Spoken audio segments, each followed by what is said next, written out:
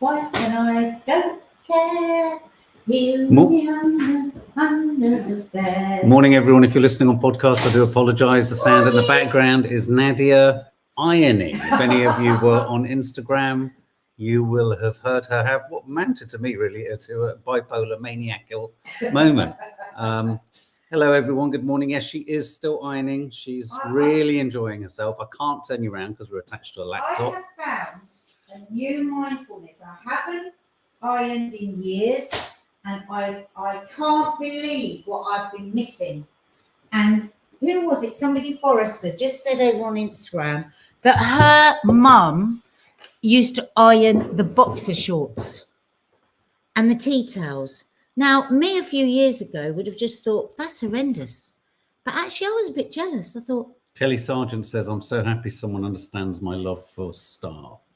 I want to get some spray starch. I've got happy memories. What is starch? Years ago, What guys, is starch?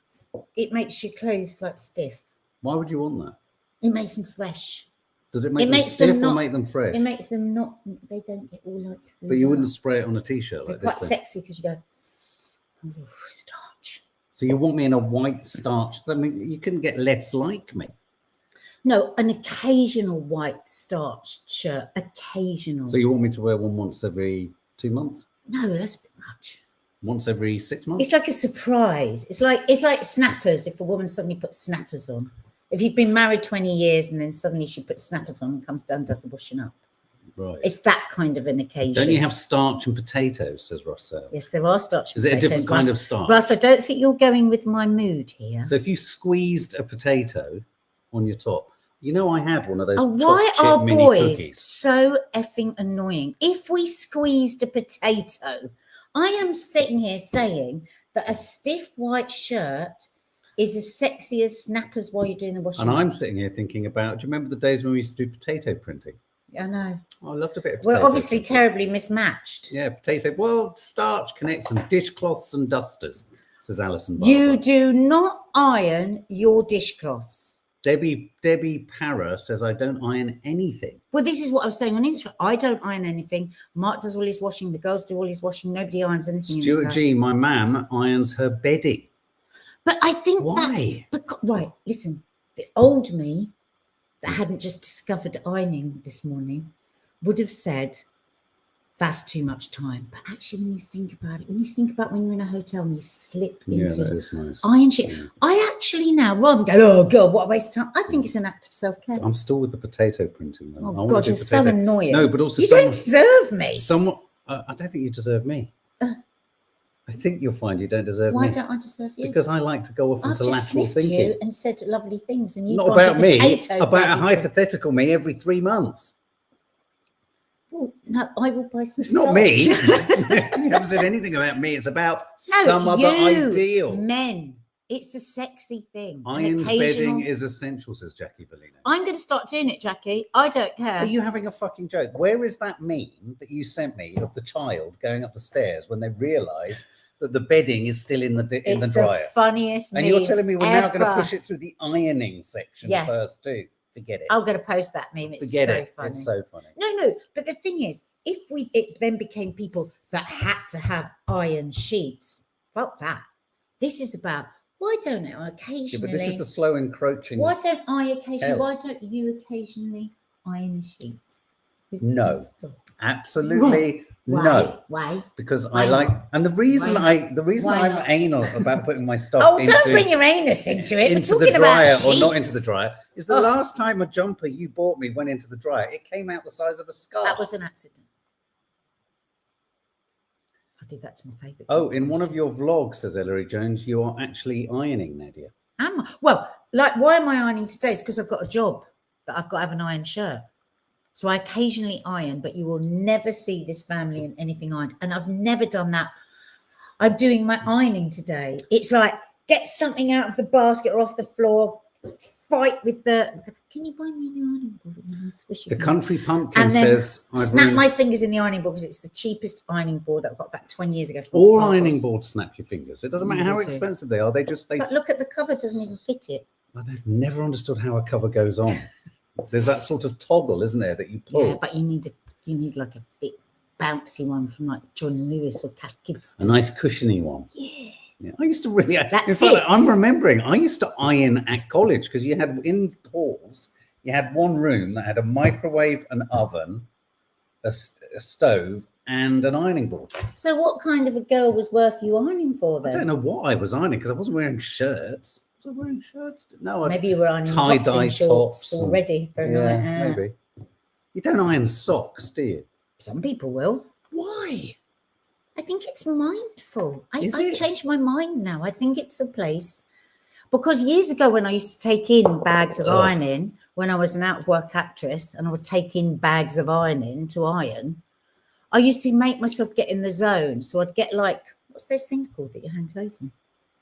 Clothes roll. Yeah. And then I would like iron. I would spray starch, probably damage my lungs.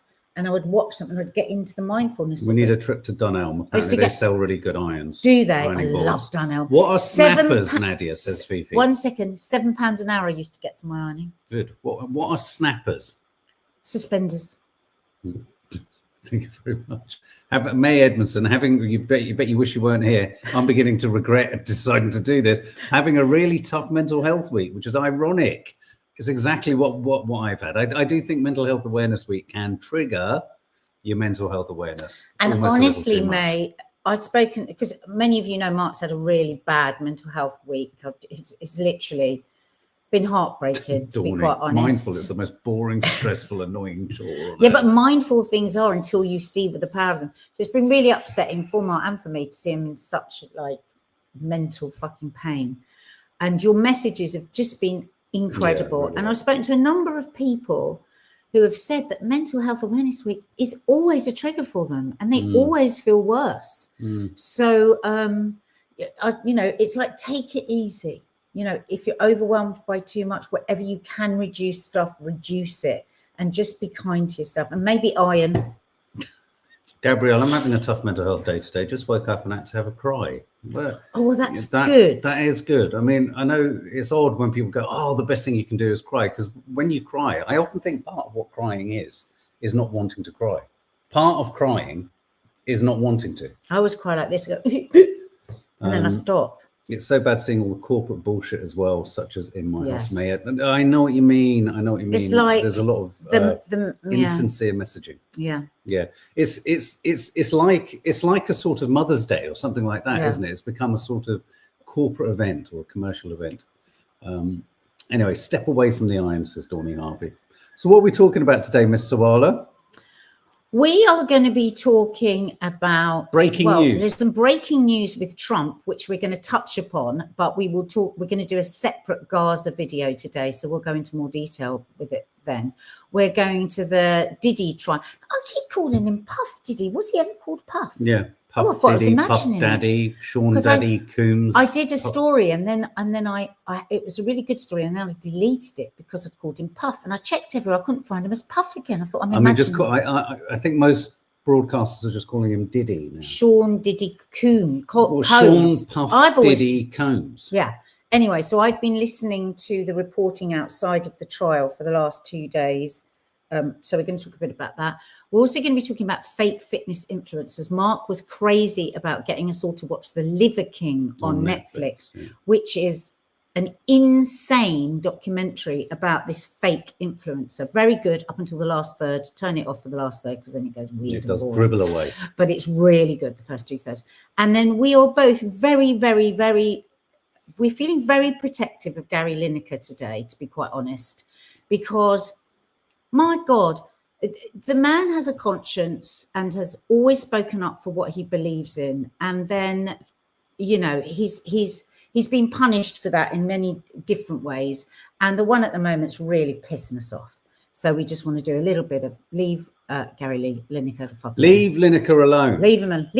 Amy Waters asked, what's the documentary called? It's called The Liver King. Oh my God. It's a shame we can't show you a clip, but it really is. Did any of you see Tiger King?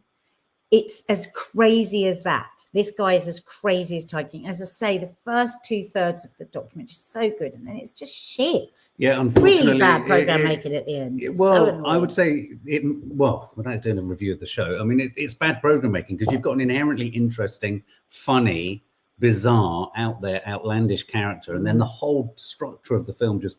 But we are going to do a review on it. But do watch the first 2/3. Okay, so let's talk about Donald Trump first, because this is literally just come in. This news. Well, that's weird, isn't it? Because that's not what I'm putting up. Just bear with me one sec.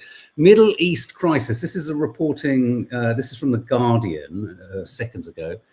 Trump says the US should turn Gaza into a freedom zone. This comes off the back of another night where 50 are killed in Israeli strikes. More than 50 are killed in Israeli strikes. Now, Israel has really put his foot down to the gas. Yeah. Obviously infuriated by the fact that Donald Trump is wandering around the Gulf states without really paying any kind of attention to Netanyahu. Falling in love with all kinds of princes. Princes who, let's just for the in the spirit of balance, do not think for a second that these Arab Gulf states are wholesome, glorious kind of examples and exemplars of human rights, etc. They're not. These are really rich autocratic regimes.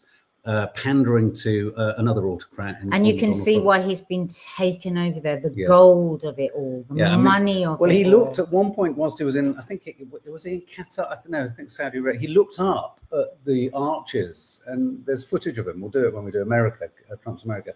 He goes, in America, this is so perfect. What we'd call this is perfecto. Perfecto. He'd say, in America, what we call this is perfecto. We need to do a Trump's America. There's so much to talk about with Trump. But anyway, what is this mean? Let's dig into this a little bit more. So we don't have much at the moment, but we will be talking about it later. So Trump says that here we go. What a quelle surprise. Donald Trump has said that the US should take Gaza, and turn it into a freedom zone. President Donald Trump said on Thursday he wanted the US to take Gaza and turn it into a freedom zone. I have concepts for Gaza that I think are very good. Make it a freedom zone. Let the United States get involved and make it just a freedom zone, the US leader said. I'd be proud to have the United States have it, take it, make it a freedom zone. Now, you guys, do you remember what I said around the time of the Gaza Riviera debacle? I said to you guys, didn't I? And I said to Mark, why is nobody picking up that he's saying America wants the Gaza Riviera? He's kept saying we. Not even Netanyahu, who was sitting licking his lips and dribbling, noticed. And I said to Mark, he wants it for America. He doesn't want it for Israel. And he wants it for his son-in-law. He wants it for his son-in-law, who has taken already millions from the Gulf states as well. His son-in-law has big investments, does he not already in Jared in real estate there. So wait and see. As we say, this has only just been. So this has only just been announced. What does he mean? Will he go into this any further, or is this just a couple of sentences that he's going to say and he's going to move on, and then we'll move on to some other drama? We don't know. Will we be getting any more analysis about the meaning of this?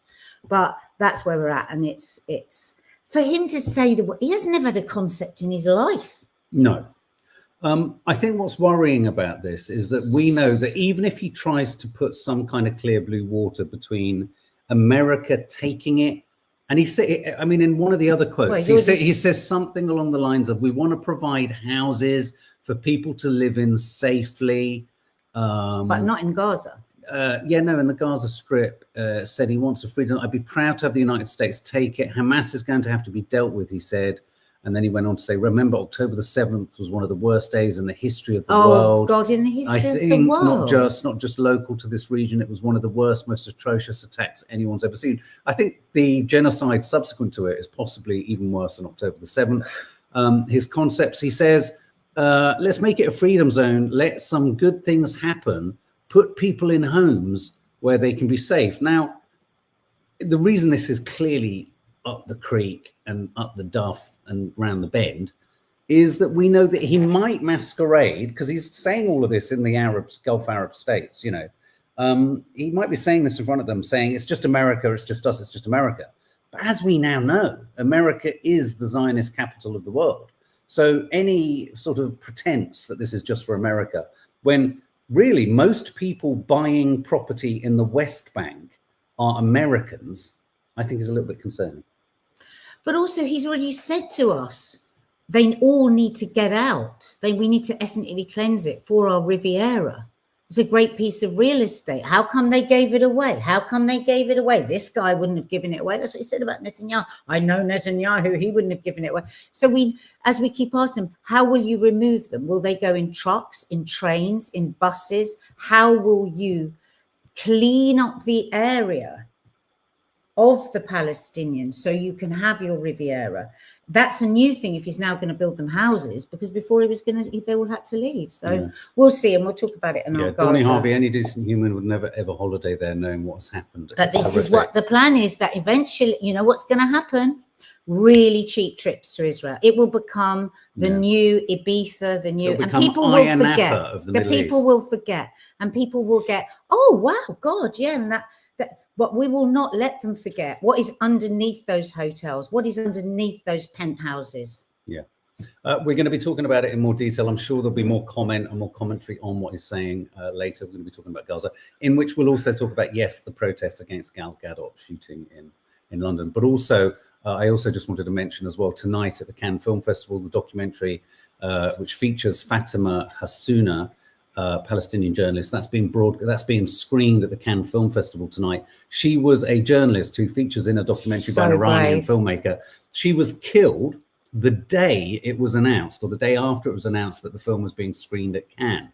She was killed, 10 members of her family were killed, and I think her sister was pregnant, was also killed. Just, again, you know, Israel seemed to be really rattled when award ceremonies recognized the horrors. But we'll talk about that later.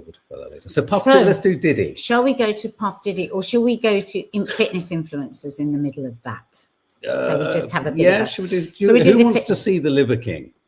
Is there someone who wants to see? Put your hand up if you want to see the Liver King. We'll see an image of the Liver King. So the Liver King is this chap. As I say, we're going to do a full review of the program, but just to give you an idea, not so much of the program, but what he sold online was that he went back to Ancestral Man, and he had how many tenants were there?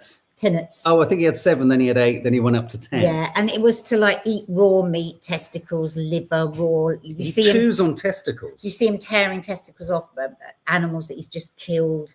He works out, like runs barefoot, sunbathes his penis in the sun, doesn't he? Believes in his penis. Well, yes. I mean, there is a moment where he has an Instagram post, which they blur out, where he's sad with his But I think it's one of the things. Like there's vagina sunning now as well. I mean, I think there was a moment where they were trying to suggest he was a bit part of that sort of toxic masculinity manosphere. I didn't feel the politics were particularly bad, was it? It was about his body. Yeah, but we're going to do the program separately. Yeah. This was more about, he made millions. Yeah. Millions upon millions. I think $110 million. From selling this idea and the business, incredibly entertaining on his Instagram, because he was just wild and out there. He's barking mad. Eats raw liver and sold supplements, didn't he, of these liver things. Anyway, it turns out, you know, he had unbelievable muscles and veins, and he over and over again denied that he used any steroids, and then eventually gets found out he's been using $11,000 worth of steroids a month. And so this has brought up a lot of conversation around fake influencers, and actually how damaging influencers can be that are saying, you know, pitching out that you too can look like them by just doing these really simple steps, when often there's an awful lot more going on behind the scenes. Yeah. And one of the other ones, I don't know if any of you have heard of him, is a guy called Rich Piana. I've got an image of him. But he admitted to using steroids. He admitted to using steroids. Now, well, what they're saying is that this guy tragically died.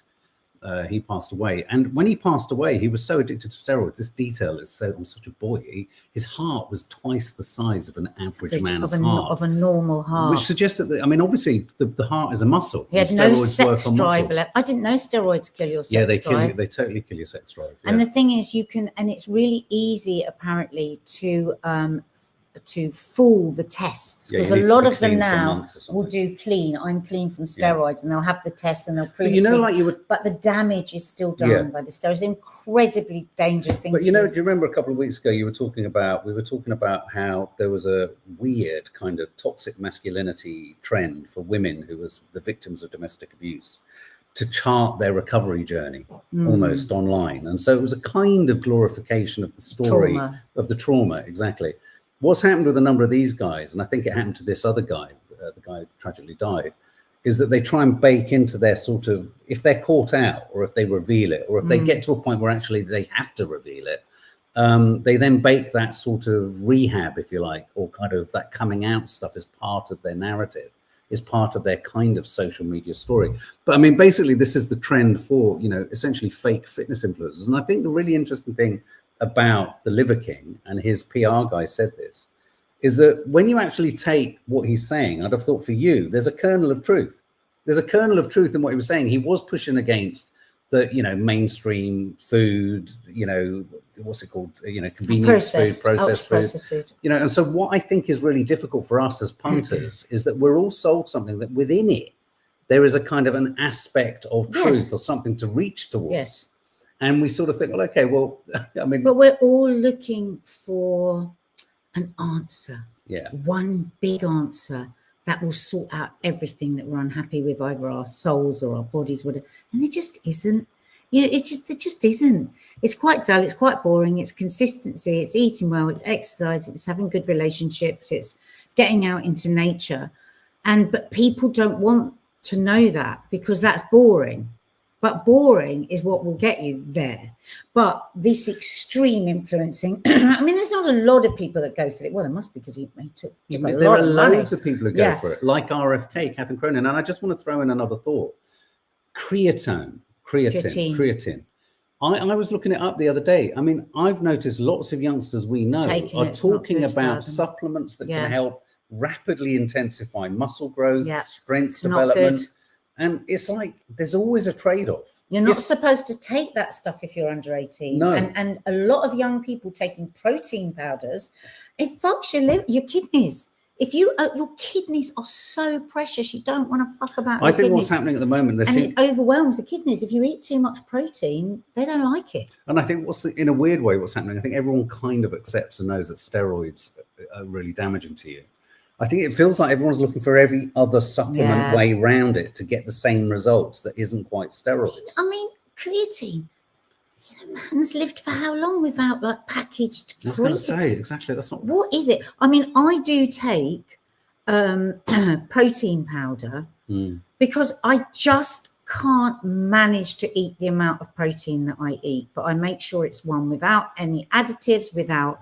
It's a bone broth based one. It hasn't got any of those sugar or any of that weird stuff that they're putting in, which fundamentally messes up your gut and messes up everything. So you've got to be really careful. Catherine Cronin. More processed food. Catherine Cronin. The irony is there were probably long periods of boredom and routine for prehistoric peoples. Well, hang on a minute. Let's just pause everyone for a sec. If the Neanderthal primitive diet was so good, why did we only live till about 28? The weird thing is we weren't living to 115 years old. Excuse me, how could they run and caught an animal with those great big muscles? I mean, they can hardly move those muscles. Yeah, and be prepared. There is a moment. I think what they felt their payoff was that moment where they hunted the bull or the cow. Oh my God, don't. Watch it. Yeah. Watch it. We'll do a review. But so be careful who you follow. Do check out whether their bodies look utterly unrealistic. And if they are unrealistic, check out and see if the unrealism of their body is part of their profile, if you like. No, I didn't say protein damages your kidneys. If you overindulge massively, like the way that a lot of young people are, they're eating loads of chicken, loads of cottage, and then supplementing with protein powder and creatine powder, the body gets overwhelmed. And there are warnings about that. Look it up. Protein in the kidneys, don't overdo it. Okay, Ray, this isn't a paid endorsement. I am a huge advocate of the Body Coach app. Exactly, Nadia. I'm getting back into Body Coach app. Walks, water, eating better, mindfulness. You get out what you put in. Ment's already feeling better after 2 weeks. I do good protein powder too. And check your protein powder, look at it, make sure there's no additives and weird shit in it, because otherwise you're going to upset your And although body. Joe Wicks's routines, they are tough, I've just gone up to level 9. He says you can't out-train a bad diet. He says it all the time. Yeah, he does. Yeah. And he's so lovely. He messages, doesn't he? Yeah, gives so much support. We love him. Right, so moving on to Gary. Let's do Gaza. Okay, so this is the story that Gary Lineker, I don't need a photo of him, do I? Do I have a photo? I think I probably do. Gary Lineker, for anyone who doesn't know him, is a sports commentator. Was obviously a very successful English footballer, presenter of Match of the Day. He's left the BBC. Some say he was pushed. I'm not too sure what his official line on it was. Some suggesting it's because of his increasingly political posts and opinions. But he is remaining at the BBC to host the World Cup next year. That's his last remaining gig for the BBC. He is also the owner of the company that does things like The Rest is Politics, The Rest is History, The Rest is Entertainment and stuff like that. But he posted yesterday, he reshared, we were kind of debating whether we should show a screenshot of what he shared. He shared a meme like we're all doing. We're resharing posts, we're resharing memes. He's been an advocate for the, to publicize the genocide that's going on. I don't know if he would support, I describe him as a humanitarian. Yes. Because whenever he's posted what people think is too political, he's always speaking up for the underdog. Yeah. And he very clearly and articulately and bravely says it. Yeah, he's one of those characters that, because he's a white middle-class man, he uses his profile to talk about something that not many white middle-class men are talking about who have his profile. And many people with huge profiles that won't say a bloody word. And it's going to get really, really embarrassing soon because how will you backpedal from this and say you had no thought on it and nothing to say on it? Anyway, so he's been a bit of a hero of ours anyway, because of the way he's spoken up. And then... Well, then he reposted a meme or a 1.5 minute clip about Zionism, and on this clip there was a cartoon or a logo of a rat, little rat, a tiny rat. So that's the meme, and then there's a rat like that. And the rat is sat on the screen, and of course it was drawn to his attention that characterizing anyone Jewish as a rat is an anti-Semitic trope. Very much from Nazi Germany and Hitler, where they were referred to as rats and snakes, vermin. Yeah. So he has categorically said, "I'm going to hold my hands up here, right? I did not know that. I just know that rats is like not. I genuinely did not know that was a Nazi trope." Okay, right. I didn't know. You will know because you studied history. I didn't know that. Let me just explain one thing to you very clearly.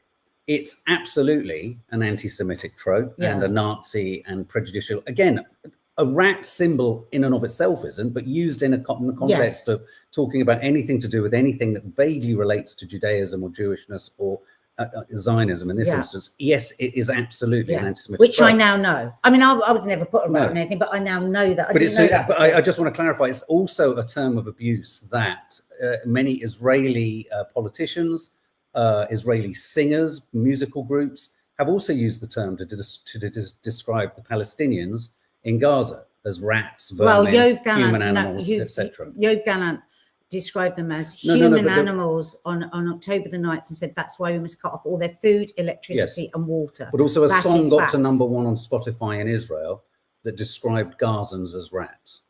And it got to number 1. It was rapidly pulled down, much in the same way that Gary Lineker then pulled down this. Once he was told the nature of the anti-Semitic trope, which he says he was totally unaware that it was. I think we should read his apology. So some people absolutely won't, unless you are into the history books and had seen actually the propaganda material of the time, you would be forgiven for not necessarily knowing that. So let me just read. Gary Lineker apologizes. So Gary Lineker has apologized unreservedly. On Instagram, he says, "I reposted material which I've since learned contained offensive references. I very much regret these references. I would never knowingly share anything anti-Semitic. It goes against everything I believe in. He then deleted it as soon as he became aware of it. Whilst I strongly believe in the importance of speaking out on humanitarian issues, including the tragedy unfolding in Gaza, I also know that how we do so matters. I take full responsibility for this mistake. That image does not reflect my views. It was an error on my part for which I apologize unreservedly.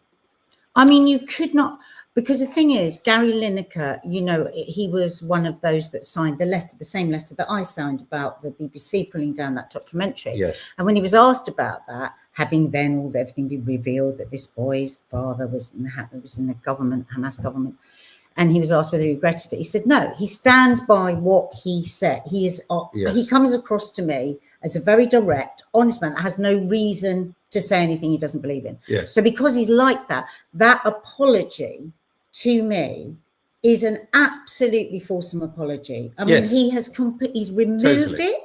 He said, I didn't know. He's owned it. He's owned it, and that is right. And within that, he's you know, he's not a racist because he doesn't, because he stands up for the horrors that are happening. That doesn't make him automatically a racist. I mean, was he not one of the first people to take Ukrainians into his home? Yeah, wasn't but a particular individual who was one of a few, again, Danny Cohen, who was very outspoken about the Gaza documentary, used to be the controller of BBC One. I have myself had commissioning meetings with him.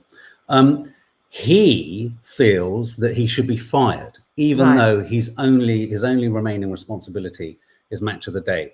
And the campaign against anti-Semitism is doubling down, and they sent a sort of blood, and they're after him. And I think the reason that there is a real campaign now to go after him is precisely because of the strength of his profile and the fact that he has actually really stepped around this in a very, you know, honorable fashion. He has dealt with this as he should have done. What I've not noticed is Danny Cohen or anyone else in his sort of group of pressure group that's kind of sought to have the documentary pulled down. I've not noticed any of them demand an apology from anyone for the language used to describe the Gazans, nor for the actions taken by Netanyahu's Israel. In fact, and they're still happy for them to go on Eurovision when there is a genocide in place. I've not heard Danny Cohen apologize for anything Israel or the Israeli government or even think that anything might be wrong. Has done, or if not apologize because he's not representative of them, demanded an apology. Yeah. So it's curious that there's such energy afforded to demanding an apology and the firing of Gary Lineker. So he's apologized and they want to fire him. It's disgusting. What do you think, guys? Such a decent apology, Farida. Great respect for that man, says Sarah. That's an honest apology. Exactly. Everyone's the same. Lucy May, this he would never have meant that. This is what some people have been waiting for. They hang, they wait. With bated breath. You said that. Yep. Yeah. Yep. And but you know what? That's why so many people have not got fucking ounce of bravery to take the risk and speak up in case they say something slightly wrong. Northern soul. This is how it works. This is why we've got Trump's America, where there is nobody standing up against him really properly because he's scared the living daylights out of them. And the thing is, you've got to go with what is right in your heart, what your moral code is telling you. And if you trip up and you make a mistake, I would have done exactly the same as him. If I'd done something like that and I put, you know, and posted it, I would have just gone, oh my God, I didn't know, and make a full apology because that's the right thing to do. But it's not enough. Unforeseen, not one of the Israeli government officials who call Palestinians human animals have ever apologized. Yeah. I don't know how these individuals seeking the pulling down of the documentary, the firing of Gary Lineker, why is no one asking Danny Cohen what his feelings are on what is happening in Gaza? Yeah.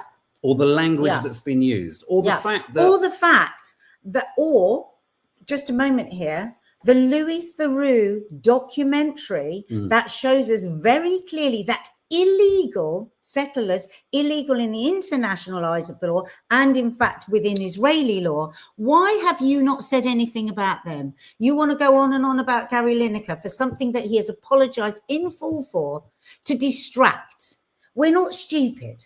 We're not stupid. I want to talk about all the children that are still having legs amputated because there's no bloody bandages. I want to talk about the thousands upon thousands upon thousands of children that are left without not just their parents, with not a single member of their family. I want to talk about all the health workers that have been murdered. I want to talk about the fact that every school and university has been flawed. That's what we want to talk about. So stop it. Just stop it, you group of people that just are treating us all like idiots. What you just think you'll do this over you can't here hide with whatever the genocide. with whatever famous person is that might have made a mistake, and you want to distract us from a genocide. Shame on you. Danny Cohen is the former head of the BBC, who is an outspoken campaigner against the absolutely reprehensible increase of any kind of anti-Semitism. Of course. But I would argue that what is happening, as has been happening from the beginning of this crisis, there is a conflation of criticism against Israel and anti-Semitism, of which the two are not connected. It's not the same thing. And there are millions of Jews campaigning and demonstrating around the world, repeating that over and over again. But don't forget, for many people in Israel who support the Netanyahu's strain of Israel and the IDF, those Jewish people are self-hating Jews. Yes. Remember that. Yes. If you criticize Netanyahu, you're a self-hating Jew. I don't think anyone's asked, but just finally, because I have had the privilege of sitting in a room with Danny Cohen, I don't think anyone has asked him a difficult question. Yeah, where's your Not difficult one person has questions? asked him a difficult question. Yeah. He's asking lots of questions of other people and making demands, but maybe he needs to be answerable. Yeah. Leave our Gary alone, will you? Yeah. Right. So on to finally, Puff the Diddy Daddy. trial, the Puff Diddy trial. This is Puff just Diddy. horrendous. This is just Fucking man, horrendous. honestly, The what Diddy is wrong with trial. me? These are just some court artist images. This is obviously Diddy in court yesterday. We're officially, I think, into the third day. The fourth day today. Yesterday was day 2 of Cassie Ventura, his ex, testifying. She's going to be cross-examined today, I believe, by the defense. So this will be Diddy's team pressing her. The last couple of days have been both jury selection, the announcement of the cases, defense prosecution cases. No, she's been on the stand now. Yeah, she's been on the last 2 stand. days. Yeah, but only with the prosecution, the defense. So she's going to be cross-examined today. Yes. By his team. Yes. She's cross-examined today by his team. She's heavily pregnant. I cannot even imagine what that must be like, to be heavily pregnant and having to go over and through very honest details. I mean, you know, she admits the drug abuse. She talks about, This is the court artist's image. these horrific freak offs. So far, it seems what Diddy's lawyers are saying. Listen, he's a horrible person. Yeah, he's committed domestic abuse. He beats up women. He's a weirdo. He loves baby oil. They actually make a bit of a thing about that. They go, you know, a bit of a joke. We all know about the baby oil thing. But he is not the more serious crimes of sex trafficking and all that. He completely denies. So they're going for, he's a nasty piece of work. And, you know, innocent until proven guilty. But if he is found to be guilty of what she has described, it is truly horrific. What he put, weird on weird on weird, unbelievably violent, the sexual, the rape, it's just beyond. And that poor woman is sitting there, pregnant, telling this story. I think it's the first time she's seen him or been in the same room as him for 10 years. And he is being very, very lovely. His family are coming in, except the daughters, I think, didn't come in yesterday, obviously, for the rape stuff. But he's like winking and looking. He looks very, very different. This is all what we're told because nobody's in the court. Obviously, no cameras in there. He's grey haired. He looks like unrecognizable. He is blowing kisses to his family and looking at his family, but apparently he didn't look at her once. He didn't look at. But it was this strange thing where he was told to look at the jurors. And he looked at each one of the jurors in the eyes, which I thought was a bit strange. I know the footage was so shocking that many of the jurors were shown footage with the beating, isolated screens. No, I think of some of the parties, of some of the sex. Yeah. You know, I think his defense are trying to argue that he's a swinger. Yes, he sort of has All of which is legal if you're consenting deviancy. adults. He's into kind of all sorts of weird shit. And I think what I feel the testimony over the last couple of days was trying to put Cassie Ventura in a position where she can sort of, in a sense, protect herself, because I think they were asking her about why, because she says that he raped her separate to all of this many times. But on the last occasion that he raped her, apparently, you know, she was still messaging him or went back to him. There's this idea. You've got to understand domestic abuse. We cannot Yeah. in this day and age, you know, if what she alleges to become true, we cannot in this day and age. Surely we have learned about the domestic abuse cycle. Yeah. They go back over and over again. The charm syndrome, charming you back, charming you back. There's also like abuse victims. Don't forget that incredible drama that Stephen Graham was in, where he was an alcoholic. And he had that connection and bond with his abuser. Do you remember? And he went back to see them. You know, so we need to get past that and asking, how could she have stayed with him? How could she have gone back to him? You know, she alleges that she had to, that actually on day one, they had a witness who had been brought in because he would make her seek out the escorts. Yeah, the escorts. And, you know, he gave a very heartbreaking, actually, testimony talking about how he would go in, he would have sex with her. He didn't know who he was. He didn't know it was Diddy because he had a cap on and he would sit and he would watch. And then he would get up and he would have sex with her and and then one day, and then he started, and this went on for quite a while. And then one day he started to have real performance problems. And it was around the fact that he started to feel that there was this violence going on, that it was maybe she wasn't completely, you know, complicit or willing. Anyway, he talks about how she was on a computer and Diddy said to her, come over here. And she went, yeah, I've just got to finish this because one of my photos has gone here. He comes and he grabs her, this guy alleges, from the computer, drags her into a room, and this escort can hear him beating the shit out of her. And he tried to get her to leave. You cannot say this couldn't have been happening, because if it had happened, she would have left. We're way beyond that.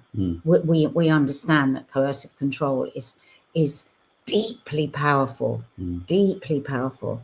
You know, and yeah, well, we'll talk about more of this over the months. I mean, I think today it's going to get particularly horrible for her. I think, you know, it's going to be quite aggressive questioning today. I think it's the attempt to rehabilitate him and justify it. But the prosecution have already brought up all the things that the defense will bring, like yes, she was a drug user, yes, they used to do drugs together, yes, she went back to him. There was a time when she went completely mad and beat up somebody or something. So they've put all that out the front. This is chaos. This is abuse, this is drug abuse, this is sex, this is, you know, people are going to behave chaotically, and that's how like Sarah D says, yes, we saw the footage again. If you can only imagine it after what you saw in the hotel when she's trying to get in the lift. I mean, and that's him in a corridor where he knows. And also, imagine behind a closed door. But also the chilling thing about that too is there wasn't even a moment where he looked even around himself to see if this was. He loses it. Total. And paid out. So what she did was she started to write down when she left him. She started to write down what had happened. She wanted validation with him. It's so important for victims that she sent it to his people. She just wanted him to answer back and say, you know, I'm sorry or something. And his people, when she didn't get any answer, then eventually she contacted his people and they said, oh, that was from you. We didn't know who it was from. And then that kicked her off. And then she took a civil case and he paid 20 million rather than have the case. And that's where we're at. So there will be more rumbling from that for sure. Yeah. I think we're done. Yeah, so please subscribe to the channel. If you haven't already subscribed, come on, guys. It's one press. It's that. Come on, do it. And we are going to later on do a video on Gaza separately. And either today or tomorrow we'll be doing a Trump's America, depending on how Mark feels. And the bipolar chat will be happening at some point. It's unlikely that it's going to be happening later today. Yeah. All right. Okay, guys, have a good day. And thanks again for all of your really, really, really meaningful messages. Thank you. Bye.